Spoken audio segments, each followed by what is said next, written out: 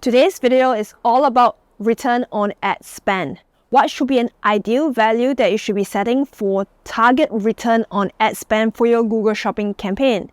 If you're new to this terminology, return on ad spend, or if you have heard something about it, but you're not quite sure how it works or what happens if you set a higher return on ad spend or if you set a lower return on ad spend, what does this all mean to you and how does this affect the profitability of your shopping campaign, then this video is just for you.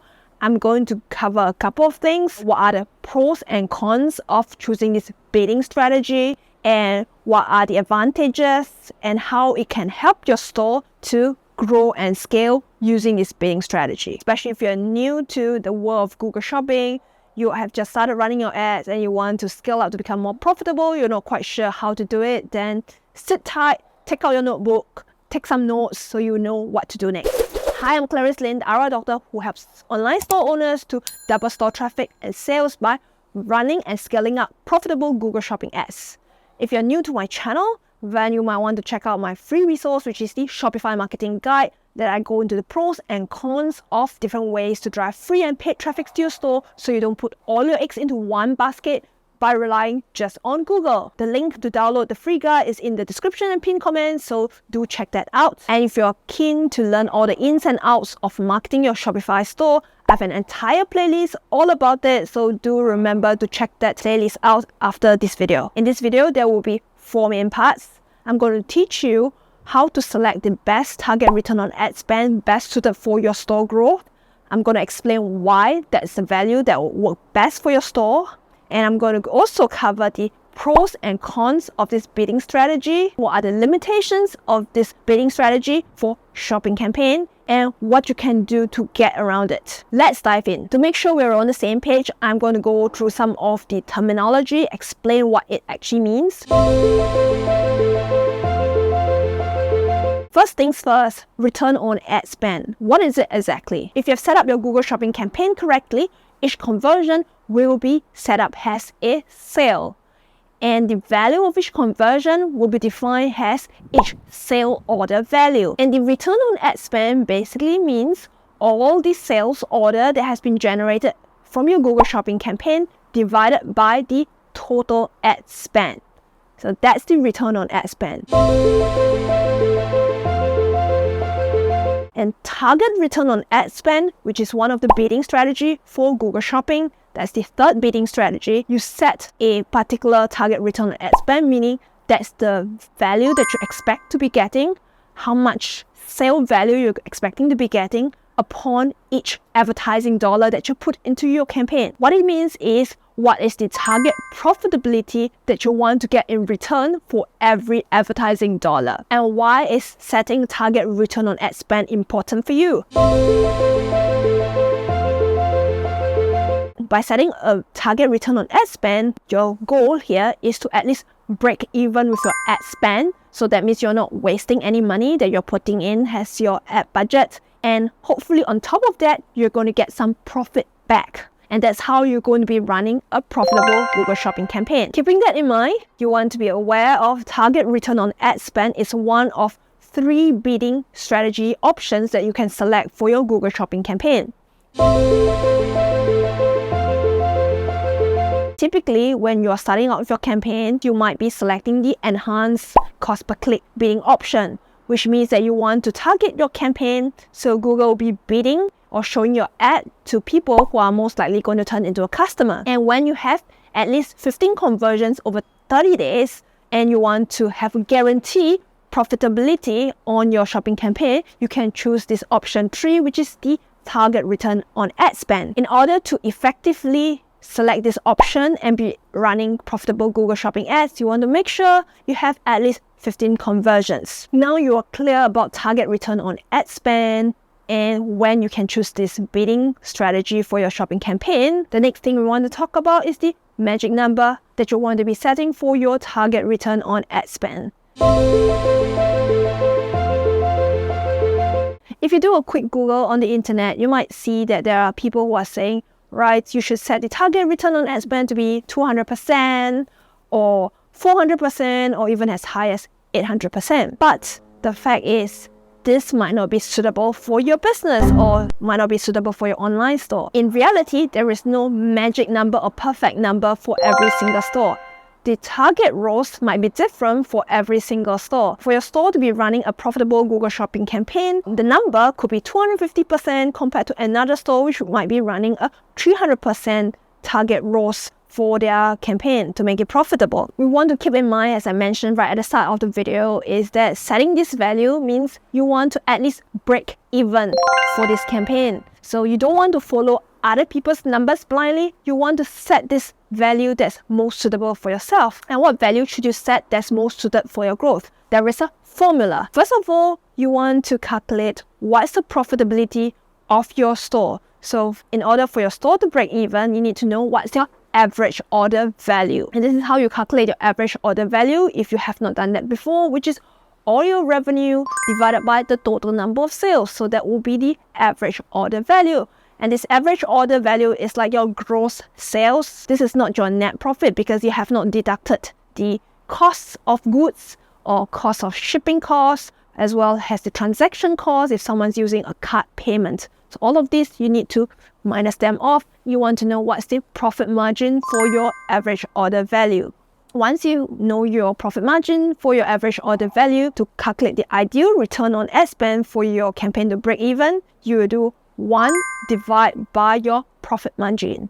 And this number, this percentage, would be the number you want to set for your campaign to at least break even. So if you want to be running a profit for your online store, then what you need to do is to add some percent, maybe another 20% on top of it if you want to get an additional 20% return on your ad spend after you have broken even. So that's the number you want to set for yourself. Don't follow other stores blindly. Other store owners' costs of goods and their cost of running the store could be different from yours. So you don't want to follow their numbers blindly without understanding how they are running the store, what's their business model, how often their customers buy from them again, and what are the other products that the customers would buy. Use this formula to go back and do your calculation, and then use that as a baseline to set for your Google Shopping campaign as your target return on ad spend. Got it? Awesome. Now that you know what you should be setting for your target return on ad spend, I want to go into the pros and cons of using this bidding strategy. So one of the main pros of using this bidding strategy is you have a guaranteed return on your advertising dollar. So at least you know you're getting some money back on top of it, or at least you're breaking even, which is awesome. And what happens is, after you select this bidding strategy, each time around when Google is showing your ad, Google will try to show your ad to the people who most likely click on your ad, and it's going to make a purchase to be as close as to the number that you have set. So you know that every time someone clicks to your store, you're going to break even or at least get a profit. In this case, if this customer chooses to buy again from you at a later date, 2 to 3 times more after that first purchase, which has already given you a profit, then you're going to get maybe even 2 times to 3 times of the original profit that you've spent on this advertising dollar. You're getting a customer who's going to spend much more with you again and again. That is the advantage. The disadvantage is because Google is so focused on finding those customers who are going to spend as much as possible with you, you are reducing the opportunity to increase the number of potential customers. Because Google is trying to find those people who are going to spend more, they're neglecting to show your ads to other people who might become your customer and might not buy as much from you from that first time, but might potentially buy more from you in the future. There is this balance that you want to achieve when you're setting your target return on ad spend. There are people who say, yes, let's set a really high return on ad spend, maybe 800% or 600%, which is really high. But the thing is, you have to keep in mind, what's your average order value? It will be unrealistic to set a really high target return on ad spend, like 800% or 900%, because then Google tries really hard to find those minimal number of people who are going to spend that much with you on the first order, neglecting the number of people who might buy less from you on that first order, but might become a lifetime customer who's going to bring much more profit to you at a later date. That means you're neglecting the midterm and long-term growth of your store. When you set this target return on ad spend, make sure that you are not sacrificing the middle term and long term growth of your store by only finding people who are willing to spend the most on that first order, neglecting the potential sales of a customer who might bring you more sales at a much later date. The downside of setting a high return on ad spend will be much more obvious during the peak holiday season, where your competitors might be reducing their costs. So their average order of each customer might be going down in some cases. But the thing is, you want to acquire as many customers as possible, because any of these customers could return at a much later date and buy more from you in the long term. So you don't want to miss out on expanding the size of your customer base that could bring you much more revenue in the long term. I'm going to try to sum it up here. What are the considerations when setting your target return on ad spend for your Google Shopping campaign? Firstly, you want to think about your business model. How do your customers spend with you? Like if they buy one product, do they buy other products as well? Do they buy other products at a later date? Are they with you on a subscription model, so they might pay slightly less, but your cost of acquiring this customer could benefit you in the long term. So you might break even, or you could get 2 to 3 times more with their second or third order if they're signing up on a subscription model with your store. Do you want to focus on getting as many customers as possible who will become long-term customers over a longer period of time? Or do you want to focus on selecting a smaller subset of customers who are going to spend most with you during their first order? You don't want to follow other stores blindly. You want to think about how it works for your business and how will it be profitable for you as you're growing your market share for your store, as you're scaling and growing compared to other competitors. One last thought to leave with you is that some of these customers, you don't know what you're missing on. They could be actually advocates. They could be this type of customers who would share with their friends, who are going to share with their family. They might be posting on social media. So you don't really have a full grasp of the impact of each of these customers when you first buy from your store. To keep that in mind when you are deciding on your target return on ad spend, how can you maximize the impact, not just for the short term to get a quick profit during that first order, but as well as how do you think this customer might be returning and buying with you, recommending people to buy from you in the long run, helping you to market your products. If they really enjoy your products, they might be promoting on social media, not just one time, maybe even multiple times, writing a review for your store that's going to help you to generate more sales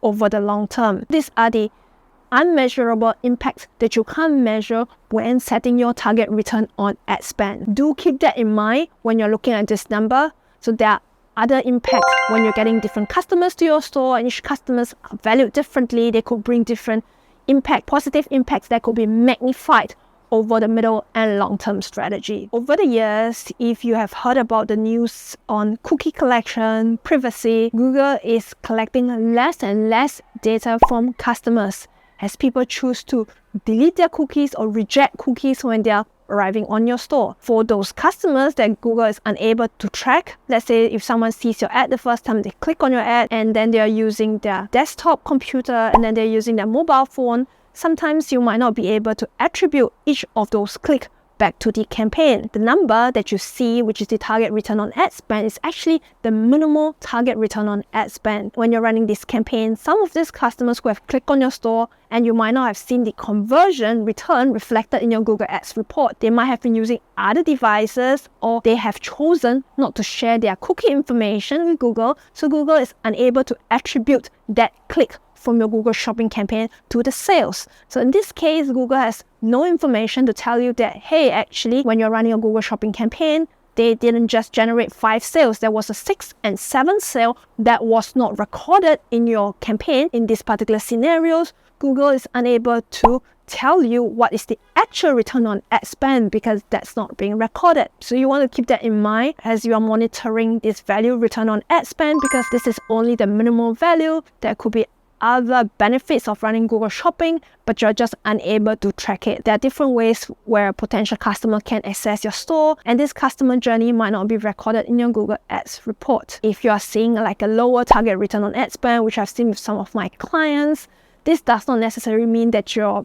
campaign is becoming less profitable, so to speak. But if you're getting a larger customer base, people on your email list, they might buy from you again Even if the first time they have not bought from you, they go onto your email list and then they buy from you like 6 months later.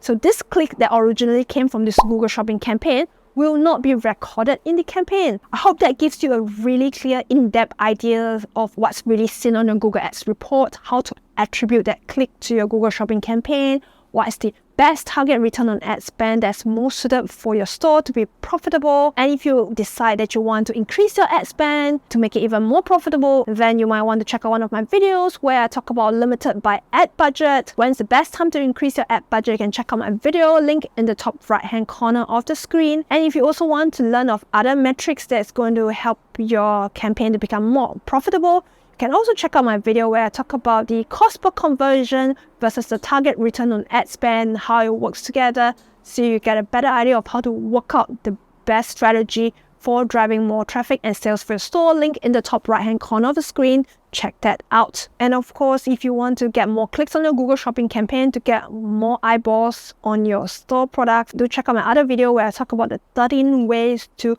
drive more clicks for your Google Shopping ads. Link in the top right hand corner of the screen.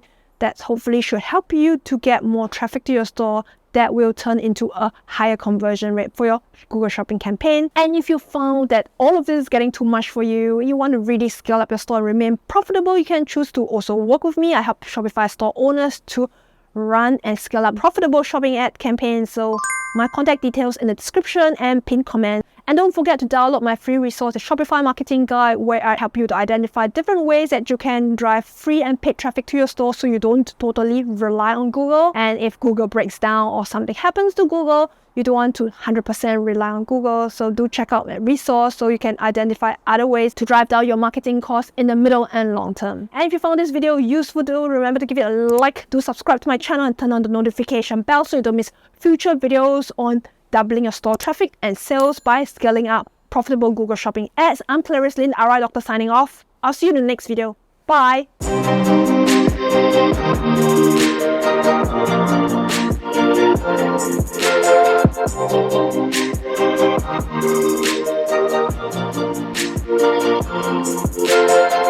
Thank you.